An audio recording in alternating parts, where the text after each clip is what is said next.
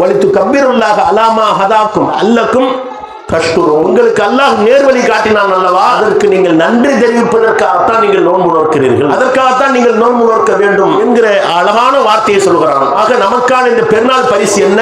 நேர்வழிதான். இந்த குர்ஆன் நமக்கு காட்டக்கூடிய வழங்கக்கூடிய அந்த பரிசு என்ன?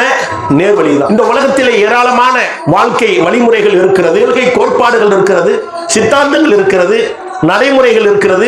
அனைத்திலும் வேறுபட்டதாக வித்தியாசப்பட்டதாக உலக மக்களால் பார்க்கக்கூடிய ஒரு மார்க்கம் இருக்கிறது என்று சொன்னால் இஸ்லாமிய மார்க்கம். அதற்கான காரணம் அந்த நேர்வழிதான். அளவற்ற அருளாளனும் நிகரற்ற பேரன்புடையவனுமாகிய எல்லாம் அல்ல அல்லாஹ் ஜல்லஷானு தஆலாவின் நல்லடியார்களே, அல்லாஹ்வின் மகத்தான அருளின் காரணமாக மனிதகுல வழிகாட்டியாக இறக்கி அருளப்பெற்ற அருள்மறை அல் குர்ஆன் இறங்கி நமக்கெல்லாம் நேர்வழி காட்டிய அந்த அற்புதமான ரமலான் மாதத்தை அடைந்து அதிலே நோன்பு நோற்றவர்களாக இயன்ற அளவு இன்ன பிற வணக்கங்களிலே ஈடுபட்டவர்களாக அதனுடைய இறுதியாக ஈதுல் ஃபித்ர் என்று சொல்லக்கூடிய அந்த பெருநாள் தினத்திலே நாம் எல்லாம் ஒன்று குழுமி இருக்கின்றோம்.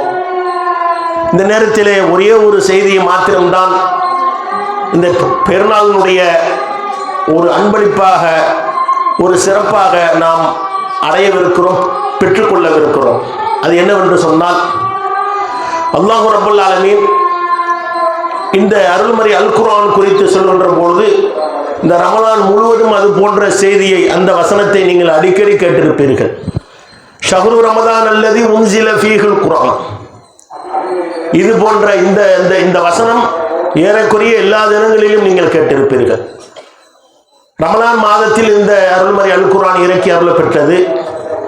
ஹுதல் லின்னாஸ், இது மனிதர்களுக்கு நேர்வழி காட்டக்கூடியதாக இருக்கிறது. ஓ பையினாத்தி மினல் ஹுதா, அந்த நேர்வழியை மிக தெளிவாக காட்டும். வல் ஃபுர்கான், நன்மை எது தீமை எது என்பதை உங்களுக்கு பிரித்து காட்டும். உங்களுக்கு சந்தேகம் இல்லாத அளவுக்கு எதை உங்கள் வாழ்க்கையிலே நீங்கள் நடைமுறைப்படுத்த வேண்டும், எதிலிருந்து நீங்கள் விலகிக் கொள்ள வேண்டும் என்பது குறித்தெல்லாம் தெளிவான வழிகாட்டு நெறிமுறைகளை உள்ளடக்கிய வேதத்தை உங்களுக்கு வழங்கியதாக அல்லாஹ் ரப்பல் ஆலமீன் சொல்லி காட்டிவிட்டு அந்த வசனத்தின் இறுதியிலே நாமெல்லாம் நோன்பு நோக்கிறோம் அல்லவா, அது நோன்பு நோற்பது, அதாவது இந்த ரமலான் மாதத்தை யாரெல்லாம் அடைகிறார்களோ அவர்கள் நோன்பு நோற்றுக் கொள்ளட்டும் என்கிற செய்தியை சொல்லிவிட்டு அந்த வசனத்தின் இறுதியிலே அல்லாஹ் ரப்பல் ஆலமீன் எப்படி சொல்லுகிறான்? வலித்து கப்பீருல்லாக அலாமா ஹதாக்கும் லஅல்லக்கும் தஷ்குரூன். உங்களுக்கு அல்லாஹ் நேர்வழி காட்டினான் அல்லவா, அதற்கு நீங்கள் நன்றி தெரிவிப்பதற்காகத்தான் நீங்கள் நோன்பு நோக்கிறீர்கள், அதற்காகத்தான் நீங்கள் நோன்பு நோக்க வேண்டும் என்கிற அழகான வார்த்தையை சொல்கிறான். ஆக நமக்கான இந்த பெருநாள் பரிசு என்ன? நேர்வழிதான். இந்த குர்ஆன் நமக்கு காட்டக்கூடிய வழங்கக்கூடிய அந்த பரிசு என்ன? நேர்வழிதான். இந்த உலகத்திலே ஏராளமான வாழ்க்கை வழிமுறைகள் இருக்கிறது, கொள்கை கோட்பாடுகள் இருக்கிறது, சித்தாந்தங்கள் இருக்கிறது, நடைமுறைகள் இருக்கிறது. இவை அனைத்திலும் வேறுபட்டதாக வித்தியாசப்பட்டதாக உலக மக்களால் பார்க்கக்கூடிய ஒரு மார்க்கம் இருக்கிறது என்று சொன்னால் அது இஸ்லாமிய மார்க்கம். அதற்கான காரணம் அந்த நேர்வழிதான். அந்த நேர்வழி நமக்கெல்லாம் மிக இலேசாக கிடைத்து விட்டது. அதனால் அதனுடைய அந்த வேல்யூ தெரியவில்லை, அதனுடைய அந்த பெருமதி நமக்கு தெரியவில்லை. அதனுடைய பெருமதியை நாம் விளங்கிக் கொள்வதாக இருந்தால் சில உதாரணங்களின் மூலமாக சில முன்னால் நிகழ்ந்த நிகழ்வுகளை நாம் சீர்தூக்கி பார்க்கின்ற பொழுது அல்லாஹ் ரப்பல் ஆலமீன் நமக்கு வழங்கி இருக்கக்கூடிய அருள்கொடையை நாம் விளங்கிக் கொள்வோம். அல்லாஹ் ரப்பல் ஆலமீன் அவனுடைய மார்க்கத்தை நிலைப்பெற செய்ய வேண்டும் என்பதற்காக ஏராளமான இறை தூதர்களை இந்த உலகத்திற்கு அனுப்பினான். அப்படி அனுப்பப்பட்ட இறை தூதர்களில் நூஹ் அலைஹிஸ்ஸலாம் அவர்கள் ஒரு மிக முக்கியமான ஒரு இறை தூதராக இருந்தார்கள். ஏனென்று சொன்னால் முதலாக வேத வெளிப்பாட்டோடு மக்களுக்கு நன்மை தீமைகளை பிரித்து காட்டக்கூடிய அந்த வேத புத்தகம் இருக்கிறது அல்லவா, நமக்கு வழங்கப்பட்ட நம் அருமை நாயகம் ஸல்லல்லாஹு அலைஹி வஸல்லம் அவர்களுக்கு வழங்கப்பட்ட அருள்மறை அல் குர்ஆன் இருக்கிறது அல்லவா, அது போன்ற ஒரு வேதத்தை நூஹ் அலைஹிஸ்ஸலாம் அவர்களுக்கு முதலாக அல்லாஹ் ரப்பல் ஆலமீன் வழங்கி மக்களுக்கு எடுத்துச் சொல்கிறான். ஒரு ஆண்டு இரு ஆண்டு அல்ல, நபிகள் பெருமகனார் ஸல்லல்லாஹு அலைஹி வஸல்லம் அவர்கள் மொத்தமாக வாழ்ந்தது 63 ஆண்டு காலம். நூஹ் நூஹ் அலைஹிஸ்ஸலாம் அவர்கள் வாழ்ந்தது 950 ஆண்டு காலம். இந்த 950 ஆண்டு காலத்திலே அவர்கள் எந்த அளவுக்கு மக்களுக்கு பிரச்சாரம் செய்திருப்பார்கள், அந்த பிரச்சாரத்தினுடைய அந்த பலன் என்ன என்பதை பார்த்தீர்களானால் சுப்ஹானல்லாஹ், அவருடைய மனைவி இஸ்லாத்தை ஏற்றுக்கொள்ளவில்லை. நூஹ் அலைஹிஸ்ஸலாம் அவர்களுடைய பிரச்சாரத்தை மனைவி ஏற்றுக்கொள்ளவில்லை, அவர்களுக்கு ஹிதாயத்து கிடைக்கவில்லை. உங்களுக்கு எனக்கு கிடைத்திருக்கிறது. நூஹ் அலைஹிஸ்ஸலாம் அவர்களுடைய மகனுக்கு கிடைக்கவில்லை, உங்களுக்கும் எனக்கும் கிடைத்திருக்கிறது. அதே போன்று லூத் அலைஹிஸ்ஸலாம் அவர் ஒரு பெரிய நபி, அவர் ஒரு இறை தூதர். அவர் மக்களுக்கு மார்க்கத்தை எடுத்து சொல்கிறார், அவருடைய மனைவி ஏற்றுக்கொள்ளவில்லை. இப்படி சொல்லிக்கொண்டே போகலாம். ஏராளமான இறை தூதர்களுடைய மனைவி மக்கள் ஏற்றுக்கொள்ளவில்லை, உறவினர்கள் ஏற்றுக்கொள்ளவில்லை. அவர்கள் எல்லாம் ஏற்றுக்கொள்ளாததை பெருமானார் ஸல்லல்லாஹு அலைஹி வஸல்லம் அவர்களுடைய அந்த போதனையை, அவர்களுடைய இந்த அறிவுரையை ஏற்று நாம் இன்றைக்கு ஹிதாயத்து பெற்றவர்களாக இருக்கிறோம் என்று சொன்னால் இதனுடைய அருமை, இதனுடைய வேல்யூ நமக்கு தெரியல. நபிகள் பெருமகனார் ஸல்லல்லாஹு அலைஹி வஸல்லம் அவர்கள் சொல்கிறார்கள், அதாவது விண்ணுலக பயணம் மேற்கொண்டார்கள் அல்லவா, மேராஜ் பயணம். அந்த மேராஜ் பயணத்திலே பல்வேறு காட்சிகளை காணுகிறார்கள். அதிலே ஒரு மிக முக்கியமான ஒரு நிகழ்வை அவர்கள் அது குறித்து நமக்கு சொல்கிறார்கள். சில நபிமார்கள் செல்வார்கள் மறுமையிலே, அதாவது மறுமை நாளிலே நடக்கக்கூடியதை மேராஜிலே அல்லாஹ் ரப்பல் ஆலமீன் காட்டுகிறான். பெருமானார் ஸல்லல்லாஹு அலைஹி வஸல்லம் அவர்களுக்கு சொர்க்கம், நரகம், இன்னபிற எத்தனையோ நிகழ்வுகளை அல்லாஹ் அங்கே காட்டினான் அல்லவா. அப்படிப்பட்ட நிகழ்வுகளிலே ஒரு நிகழ்வாக அன்னலம் பெருமகனார் ஸல்லல்லாஹு அலைஹி வஸல்லம் அவர்கள் பார்க்கிறார்கள், நபிமார்கள் வரிசையாக செல்கிறார்கள். அதிலே ஒரு நபி செல்கிறார், அவரோடு 10க்கும் குறைவான நபர்கள் செல்கிறார்கள். இவர் யார் என்று கேட்கிறார்கள். அப்போது அது இந்த நபி என்று சொல்லப்படுகிறது. இன்னும் சில நபிமார்கள் ஒரு சில கூட்டத்தோடு செல்கிறார்கள். இன்னும் சில நபிமார்கள் யாருமே இல்லாமல் அவர் மாத்திரம் செல்கிறார்.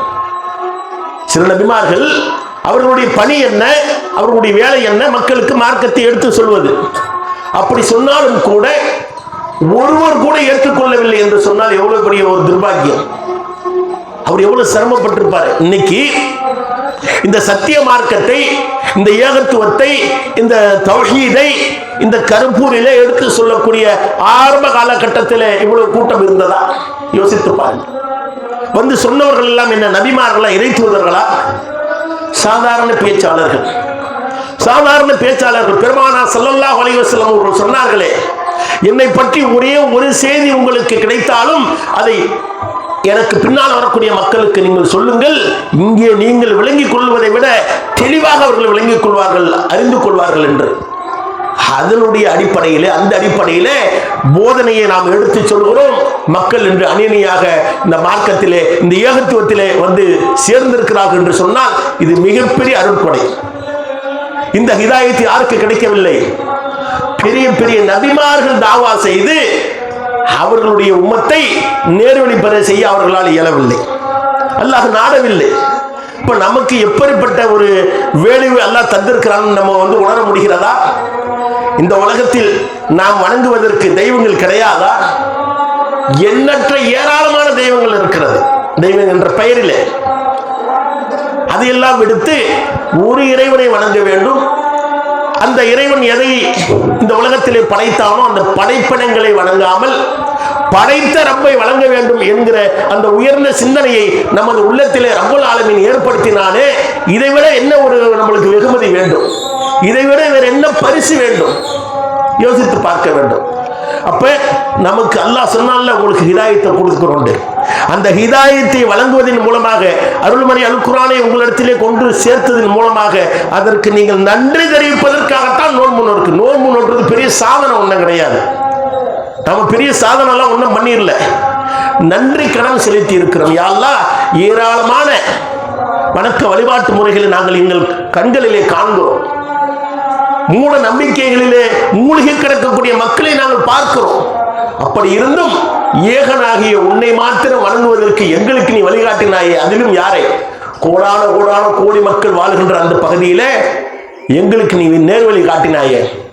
அதனால் தான் அல்லாஹ் ரப்பல் ஆலமீன் இந்த நேர்வழியை மாத்திரம் திரும்ப திரும்ப கேட்க வேண்டும் என்பதற்காக எந்த தொழுகையாக இருந்தாலும் அதிலே ஓதுவதற்கு அல்லாஹ் ரப்பல் ஆலமீன் ஒரு விஷயத்தை கடமையாக இருக்கிறான்.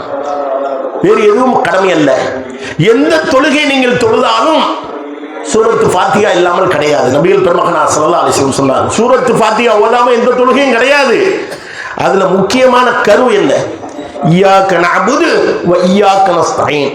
இறைவா, உன்னையே வணங்குகிறேன், உன்னிடமே உதவி தேடுகிறேன். இஹ்தினஸ் ஸிராத்தல் முஸ்தகீம், எனக்கு நேரான பாதையை காட்டு. இதை ஒவ்வொரு வக்து தொழுகையிலும் அதில் எத்தனை ரக்காத்துகள் தொழுகிறோமோ அத்தனை ரக்காத்திலும் அந்த ஏக இறைவனிடத்திலே நேர்வழியை கொடு, நேர்வழியை கொடு, நேர்வழியை கொடு என்று கேட்டுக்கொண்டே இருப்பதற்கான ஒரு வாய்ப்பை நமக்கு அல்லாஹ் ஏற்படுத்தி இருக்கிறானே. இதை விட சிறந்த வாய்ப்பு என்ன, சிறந்த பரிசு என்ன இருக்க போகிறது? இதை நாம் இன்னும் புரிந்து கொள்ள வேண்டுமே. ஆனால் நபிகள் பெருமகனார் ஸல்லல்லாஹு அலைஹி வஸல்லம் அவர்கள் இந்த மார்க்கத்தை எடுத்து சொன்னார்கள். அதனால் இன்றைக்கு கோடான கோடி மக்கள், ஏறக்குறைய உலகத்திலே 1/3 இஸ்லாமியர்கள் வாழ்கிறோம். உலக மக்களிலே 1/3 1/3 முஸ்லிம்கள் இருக்கிறோம். அல்லாஹ்வுடைய கிருபையினால நபிகள் பெருமகனார் ஸல்லல்லாஹு அலைஹி வஸல்லம் அவர்களுடைய அந்த ஆரம்பமாக செய்த அந்த பிரச்சாரத்தின் விளைவு இத்தனை கோடி மக்களுக்கு அல்லாஹ் ஹிதாயத்தை தந்திருக்கிறான். ஆனால் நபிகள் பெருமகனார் ஸல்லல்லாஹு அலைஹி வஸல்லம் அவர்கள் ஆரம்ப கட்டத்திலே இந்த மார்க்கத்தை எடுத்து சொல்கின்ற பொழுது அவர்களுக்கு ஏற்பட்ட இடையூறுகள், அவர்களுக்கு ஏற்பட்ட இன்னல்கள், அவர்களுக்கு ஏற்பட்ட பழிச்சொற்கள், அதிலிருந்தும் அவர்களுக்கு ஏற்படக்கூடிய காயங்களிலிருந்தும் பெரும்பாலும் பாதுகாப்பாக இருந்த அவருடைய பெரிய தந்தையாக இருக்கக்கூடிய அபூ தாலிப் உற்ற துணையாக இருந்தார்கள். நபிகள் பெருமகனார் ஸல்லல்லாஹு அலைஹி வஸல்லம் அவர்களுக்கு உற்ற துணையாக யார் இருந்தது? சஹாபாக்கள் இருந்தார்கள். ஒரு வகை அவர்கள் இஸ்லாத்தை ஏற்றுக்கொண்டவர்கள். அபூ தாலிப் என்று சொல்லக்கூடிய நபிகள் பெருமகனார் ஸல்லல்லாஹு அலைஹி வஸல்லம் அவர்களுடைய பெரிய தகப்பனார். அவர் தான் நபிகள் பெருமகனார் ஸல்லல்லாஹு அலைஹி வஸல்லம் அவர்களுக்கு வியாபாரத்தை, வணிகத்தை கற்றுத் தருகிறார், உற்ற துணையாக இருக்கிறார். அந்த ஊரிலே ஒரு முக்கிய பிரமுகராக அந்த சமுதாயத்தில் மதிக்கப்பட்ட அந்த நபர். அவருடைய மரண நேரம் நபிகள் பெருமகனார் ஸல்லல்லாஹு அலைஹி வஸல்லம் அருகிலே செல்கிறார்கள். என்னுடைய பெரிய தந்தையே, நீங்கள் லா இலாஹ இல்லல்லாஹ் என்ற ஒரு வார்த்தையை சொல்லிவிடுங்கள். அவர் அது வரைக்கும் இஸ்லாத்தை ஏற்கல. ஆனாலும் நபிகள் பெருமகனார் ஸல்லல்லாஹு அலைஹி வஸல்லம் அவர்களுக்கு உற்ற துணையாக இருந்தார்.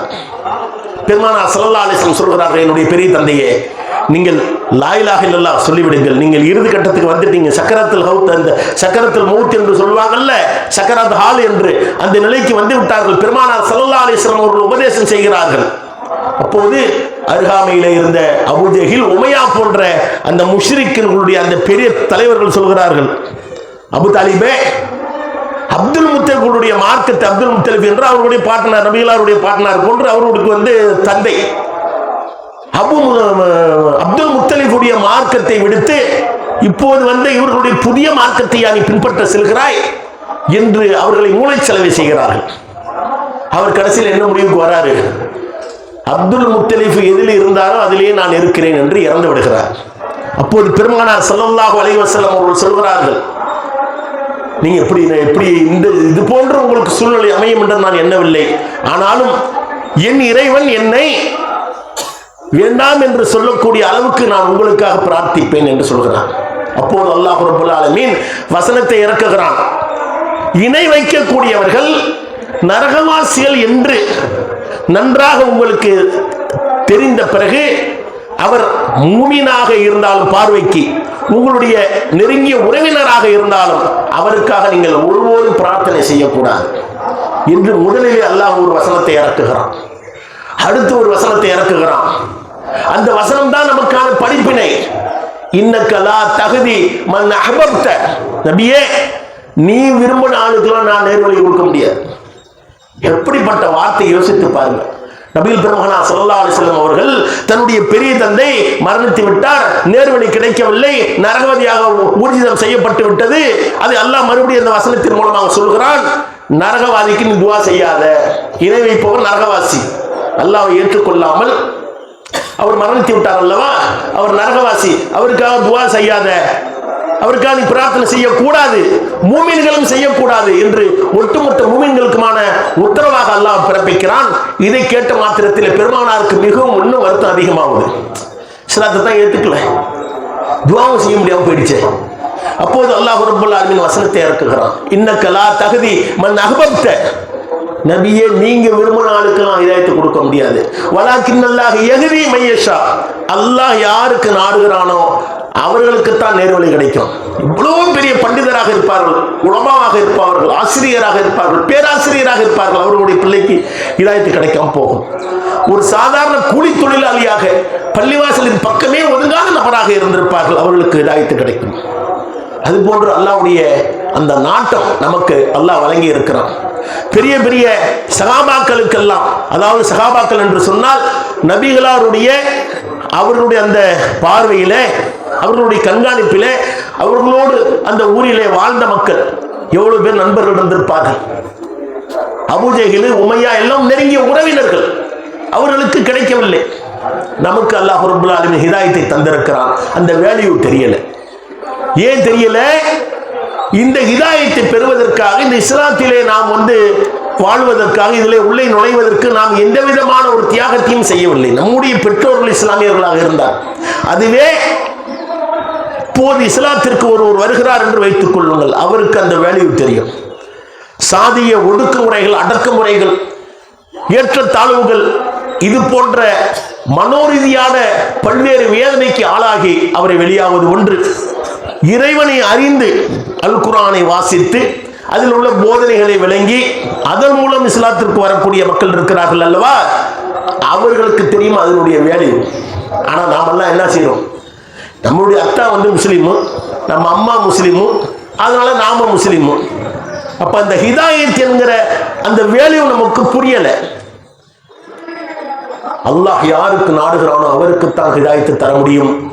எவ்வளவு பெரிய நபியாக இருந்தாலும், எவ்வளவு பெரிய உலமாவாக அறிஞராக இருந்தாலும், அவர் சொல்லி எல்லாம் யாருக்கும் ஹிதாயத்து கிடைத்து விடாது. பெருமானார் ஸல்லல்லாஹு அலைஹி வஸல்லம் அவர்கள் அதற்கு சான்றாக இருக்கிறார்கள். ஆகையினால் நமக்கு கிடைத்த அந்த ஹிதாயத்தை என்ன செய்ய வேண்டும்? நாம் என்ன செய்ய வேண்டும்? அல்லாஹ் அதற்கான ஏராளமான பாதுகாப்பு கவசங்களை நமக்கு துஆவின் மூலமாக ஏற்படுத்தி தருகிறான். ரப்பனா லா துஸிக் குலூபனா பஅத இத் ஹதைதனா வ ஹப் லனா மின் லதுன்க ரஹ்மா இன்னக அன்தல் வஹ்ஹாப். யா அல்லாஹ், அருமையான துஆ, எடுத்து பாருங்க. யா அல்லாஹ், எங்களுக்கு நீ ஹிதாயத்தை தந்து விட்டாய். ஹிதாயத்தை தந்த பிறகு எங்கள் உள்ளங்களை பிறழுமாறு செய்து விடாதே. பெருமானார் ஸல்லல்லாஹு அலைஹி வஸல்லம் அவர்கள் சொன்னார்களா, அல்லாஹ் ரப்பல் ஆலமீன் அவனது 2 விரலுக்கு மத்தியிலே மனிதனுடைய உள்ளத்தை வைத்திருக்கிறான். தான் நாடியவருக்கு இப்படி பிரட்டி விடுகிறான், தான் நாடியவரை அப்படி பிரட்டி விடுகிறான். இந்த உள்ளத்தை அல்லாஹ் அவனுடைய கையில அந்த 2 விரலுக்கு மத்தியிலே வைத்திருக்கிறான். இப்படி நேர்வழியா அல்லது மோசமான வழியா அப்படி பிரட்டி விடுகிறான். ஆகையினால் எப்படி கேட்க சொல்லி அல்லாஹ் குர்ஆனில் நமக்கு கற்றுத் தருகிறான். எங்களுடைய உள்ளத்தை இந்த மார்க்கத்தை விட்டு பிரட்டி விடாதே, எங்களுக்கு நீ அருள் புரிவாயாக, நீ வல்லல் என்று அல்லாஹ் ரப்பல் ஆலமீன் அவனிடத்திலே பிரார்த்தனை செய்ய சொல்கிறான் என்று சொன்னால், நாம் நம்முடைய பிரார்த்தனைகளை அதிகரித்துக் கொள்ள வேண்டும். எதற்காக? நம்முடைய ஆரோக்கியத்திற்காக, நம்முடைய ஆயுளுக்காக, நம்முடைய செல்வத்திற்காக, நம்முடைய ஒற்றுமைக்காக, நம்முடைய இது போன்ற உலக வாழ்க்கை இருக்கிறது அல்லவா, அதற்காகவும் அதையும் தாண்டி நம்முடைய ஹிதாயத்திற்காக. நமக்கு ஹிதாயத்து கிடைத்து விட்டது அல்லாஹ்வுடைய உதவியை கொண்டு. அதிலிருந்து ஒருபோதும் பிசகிவிடக்கூடாது, மாறிவிடக்கூடாது, நரகவதியாக ஆகிவிடக்கூடாது என்பதிலே கவனமாக இருக்க வேண்டும். பெருமானார் ஸல்லல்லாஹு அலைஹி வஸல்லம் அவர்கள் அதிகம் இது குறித்து கேட்டிருக்கிறார்கள். நிறைய துஆக்களை நீங்க பார்க்கலாம். அதிகமாக பெருமானார் ஸல்லல்லாஹு அலைஹி வஸல்லம் அவர்கள் கேட்கக்கூடிய துஆவுல, அல்லாஹும்ம இன்னி அஸ்அலுக்கல் ஹுதா வத்துகா வல் அஃபாஃப வல் கினா. யா அல்லாஹ், எனக்கு நேர்வழியை கொடு. இதுக்கு மேல என்ன நேர்வழி வேணும்? ரசூலுல்லாஹ் யோசிச்சு பாருங்க. பெருமானார் ஸல்லல்லாஹு அலைஹி வஸல்லம் அவர்களுக்கு இதை தாண்டி என்ன நேர்வழி வேண்டும்? அவர்கள் இரு உலக, அதாவது அவர்களுடைய முன் சென்ற பாவம் பின் சென்ற பாவத்தை அல்லாஹ் மன்னித்து விட்டதாக சொர்க்கவாசி என்று அல்லாஹ் உத்தரவாதம் தருகிறான். வமா அர்சல்நாக இல்லா ரஹ்மத்தல் லில் ஆலமீன் என்று சொல்கிறான். அகில உலகத்திற்கும் நீங்கள் அருட்கொடை என்று சொல்கிறான். அந்த அருட்கொடை கேட்கிறார், யா அல்லாஹ் எனக்கு ஹிதாயத்தை கொடு, நேர்வழியை கொடு. பெருமானார் ஸல்லல்லாஹு அலைஹி வஸல்லம் அவர்களுக்கு இந்த நேர்வழி வேணும். அவங்க தான் நேர்வழியில் தானே இருக்கிறாங்க. அந்த நேர்வழியை தானே மக்களுக்கு போதனை செய்கிறார்கள். ஆயினும் அவர்கள் கேட்கிறார்கள், யா அல்லாஹ் எனக்கு ஹிதாயத்தை கொடு. அது போன்று பல்வேறு துஆக்களிலே பெருமானார் ஸல்லல்லாஹு அலைஹி வஸல்லம் அவர்கள் இந்த ஹிதாயத்தை எனக்கு கொடு, ஹிதாயத்தை எனக்கு கொடு என்று இந்த குனுத் துஆல கூட அல்லாஹ் மஹ்தினி ஃபீமன் ஹதைத, யா அல்லாஹ் நீ யாருக்கெல்லாம் நேர்வழி காட்டினாயோ அது போன்று எனக்கு நேர்வழி காட்டு. இதுவெல்லாம் பெருமானார் சொல்லி தந்த துஆ தான். ஏராளமான துவாக்கள் இருக்கிறது. அதற்கெல்லாம் சொல்வதற்கான நேரமாக இந்த நேரம் அமையாது. அவ்வளவு செய்திகள் இருக்கிறது. அப்ப நாம் என்ன செய்ய வேண்டும்? அதிகமான பிரார்த்தனைகளை செய்கின்ற பொழுது துஆவை, அந்த துஆவிலே ஹிதாயத்தை குறித்து நீங்கள் கேட்க வேண்டும். அல்லாஹும்ம யா முகல்லிபல் குலூப் சப்பித் கல்பி அலா தீனிக்க, உள்ளங்களை எல்லாம் புரட்டக்கூடியவனே, என்னுடைய உள்ளத்தை இந்த மார்க்கத்தில் உறுதி பெற செய்திடு, இலும் பிறன்ற செய்யாத என்று அதிகம் அதிகம் கேட்க வேண்டும். அப்படி கேட்கக்கூடிய நன்மக்களாக அல்லாஹ் நம்மை ஆக்க வேண்டும். அடுத்து, உலகெங்கிலும் நிம்மதியற்ற நிலை ஏற்பட்டிருக்கிறது, உலகெங்கிலும் பதட்டம் ஏற்பட்டிருக்கிறது. நாம் எல்லாம் ஓரளவுக்கு அமைதியாக அங்கே அமர்ந்திருக்கின்றோம். ஆனாலும் உள்ளுக்குள்ளே நமக்கு ஒரு பிரச்சனை, ஒரு பயம், ஒரு அச்சம், ஒரு கவலை இருந்து கொண்டு தான் இருக்கிறது. ஏனென்று சொன்னால் உலகத்திலே ஆங்காங்கே நடக்கக்கூடிய முஸ்லிம்களுக்கு எதிரான அடக்குமுறைகள், ஒடுக்குமுறைகள் நம்முடைய வட மாநிலங்களில் கூட அது போன்ற நிறைய நடக்கிறது. இன்றும் நடக்கிறது, நேற்றும் நடந்தது. இன்னும் உலகத்தின் பல்வேறு பகுதிகளிலே இந்த ஹிதாயத்தை பெற்ற காரணத்தினால் அவன் வஞ்சிக்கப்படுகிறான், அவன் ஒதுக்கப்படுகிறான், அவன் நசுக்கப்படுகிறான். அப்படிப்பட்ட உலகெங்கிலும் வாழும் முஸ்லிம்களுக்காகவும் நன்மக்களுக்காகவும் இந்த உலகம் முழுவதும் அமைதியாக, அதில் உள்ள மக்கள் எல்லோரும் அமைதியாக வாழ வேண்டும் என்பதற்காகவும் நம்முடைய பிரார்த்தனையை முன்வைக்க வேண்டும். உலகத்தின் பல்வேறு பகுதிகளில் நடக்கக்கூடிய இந்த போர்கள் அதுவெல்லாம் ஓய்ந்தால்தான் நாம் நிம்மதியாக வாழ முடியும். விலைவாசிகள் கட்டுக்குள் வரும், மனித உயிர்கள் மிகவும் துச்சமாக அங்கு மதிக்கப்படுகிறது. ஆகையினால் எல்லாம் வல்ல இறைவனிடத்திலே அது குறித்தும் நாம் அதிகம் அதிகம் பிரார்த்தனை செய்ய வேண்டும். எல்லா மக்களோடு நாம் ஒற்றுமையாக வாழ வேண்டும், நிம்மதியாக வாழ வேண்டும், எல்லாவற்றிற்கும் மேலாக ஹிதாயத்தோடு வாழ வேண்டும்.